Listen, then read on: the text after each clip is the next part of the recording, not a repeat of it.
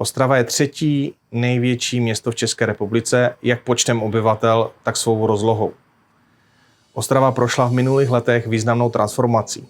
Z těžkého průmyslu, který byl zde v největším zastoupení, se transformovala na průmysl s vysokou přidanou hodnotou.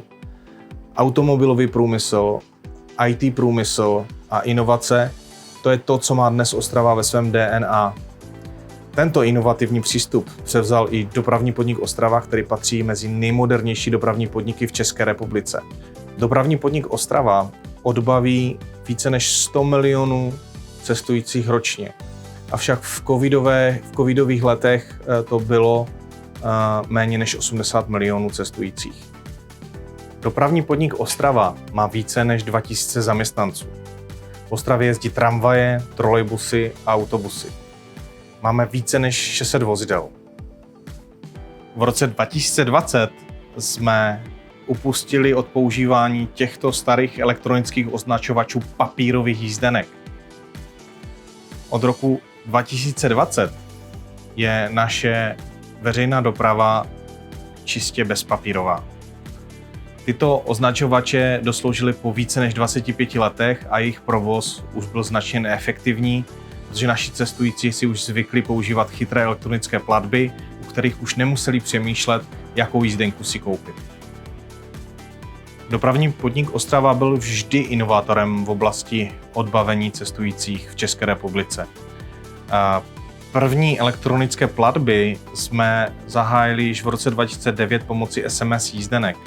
2 roky na to jsme přidali platby pomocí MyFair karet, to byl taky elektronický způsob, ale průlom přišel až po návštěvě společnosti Transport for London, kde jsme se inspirovali a rozhodli jsme se, že tento systém přivezeme zde do Ostravy. A dopravní podnik Ostrava se tak stal druhým evropským městem po Londýně, kde se začaly používat bezkontaktní platební karty bez tisku papírových jízdenek.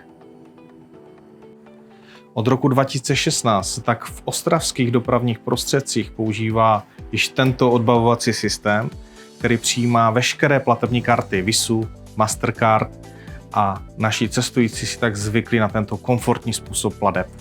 Od roku 2016 si Ostravané začali zvykat na placení kartou v ostravské MHD. Bylo to období nadšení, bylo to období vysvětlování, bylo to období intenzivní komunikace s našimi cestujícíma. Ale rok 2020 přišel covid a to byl ten správný okamžik, kdy jsme se odstřihli od papírových jízdenek a Ostravané uvítali tuto skvělou možnost, jak se bezkontaktně odbavit, a Ostrava tak jednoznačně se zařadila mezi nejmodernější dopravní podniky v České republice. Každým rokem jsme systém elektronických plateb zlepšovali a zlepšujeme ho i dnes. Dneska víc než 70% cestujících používá bankovní karty při placení jízdného.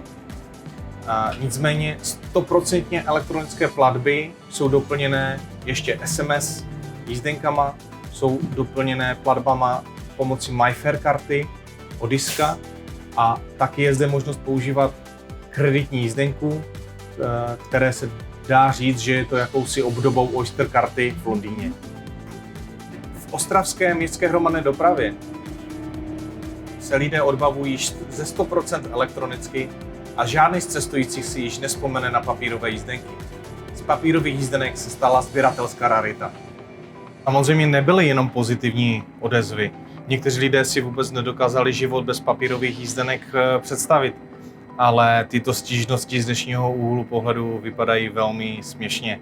Zvláště covidová epidemie nám v tom pomohla, kdy bezkontaktní placení se stalo i zároveň naprosto hygienický způsob, jak odbavit naše cestující.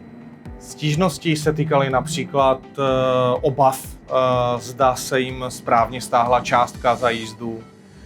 Chvíli trvalo, než pochopili systém autocappingu, chytrého určení jízdného.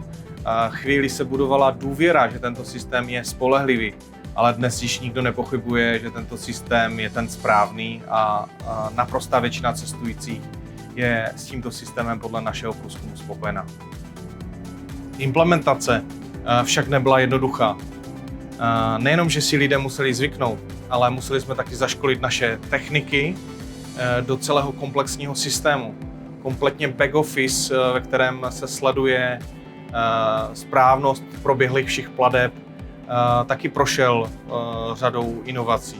A než jsme celý systém sjednotili a ustanovili ho v jednotný, komplexní, spolehlivý systém, tak jsme rozhodně museli vyškolit i naše lidi. Takže celým tímto procesem jsme provedli nejen naše cestující, ale i celý dopravní podnik. Naše přepravní kontrola stojí na 2 pilířích. Na preventivní, a tu tvoří asistenti přepravy, a represivní, tu tvoří právě revizoři. V okamžiku, kdy jsme s elektronickými platbami kartou začínali, tak jsme zvolili mírný, laskavý přístup, protože věříme, že tento přístup je daleko efektivnější v adopci tohoto nového moderního odbavovacího systému.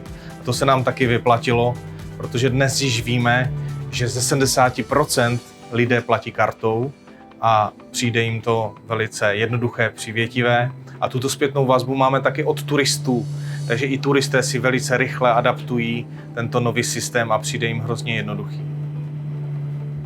Dosáhli jsme také finančních úspor, protože sjednocení odbavovacího systému do jednotného elektronického odbavovacího systému nám umožnilo demontovat staré označovače a tyto náklady se již staly zbytnými, tudíž téměř 7 až 8 milionů korun ročně nemusíme vynaložit na správu a údržbu těchto systémů.